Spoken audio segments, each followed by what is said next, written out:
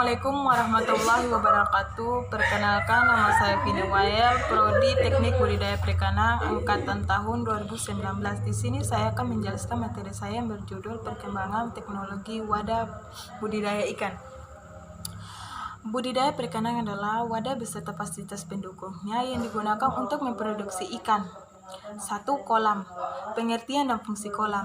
Kolam merupakan perairan yang luasnya terbatas, sengaja dibuat dan mudah dikuasai. Kolam berfungsi sebagai habitat yang sengaja diciptakan agar ikan dapat hidup dan berkembang biak dengan baik.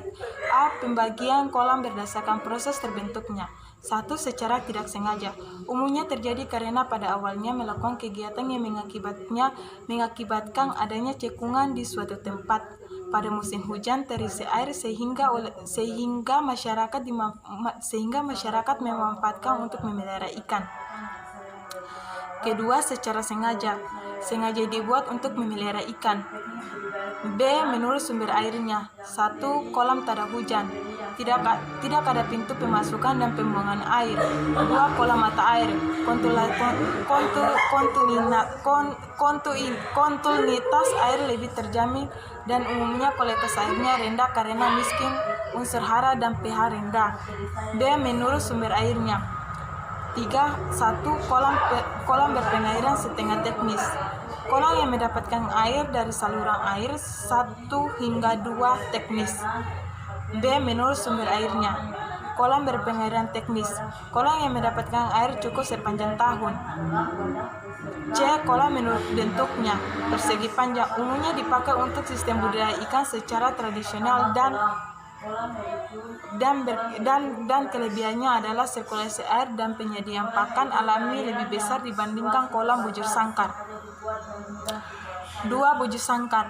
Kolam bujur sangkar biasanya dipilih secara alternatif terakhir apabila terdapat kelebihan tanah. C. Menurut bentuknya. Bulat, memiliki kapasitas lebih banyak dengan sirkulasi air dan pembuangan kotoran lebih terjamin.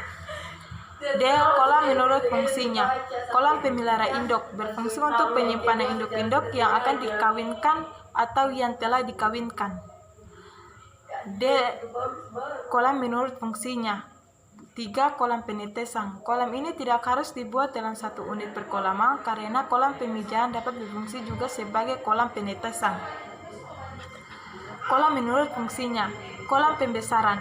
Digunakan untuk membesarkan sampai ukuran siap untuk dijual atau dikonsumsi. Kolam menurut fungsinya. Kolam penumbuhan pakan alami. Kolam ini sengaja dibuat persediaan pakan alami bagi benih ikan. Kolam menurut fungsinya. Kolam penampung hasil. Berfungsi untuk menampung hasil benih atau ikan konsumsi yang telah dipanen dan biasanya tidak terlalu luas dan sering difungsikan sebagai kolam pemberongkang. Kolam menurut debit airnya. Kolam stagnan. Debit air masuk dan keluar sedikit dan dalam kolam tidak terjadi proses sirkulasi pengantar air.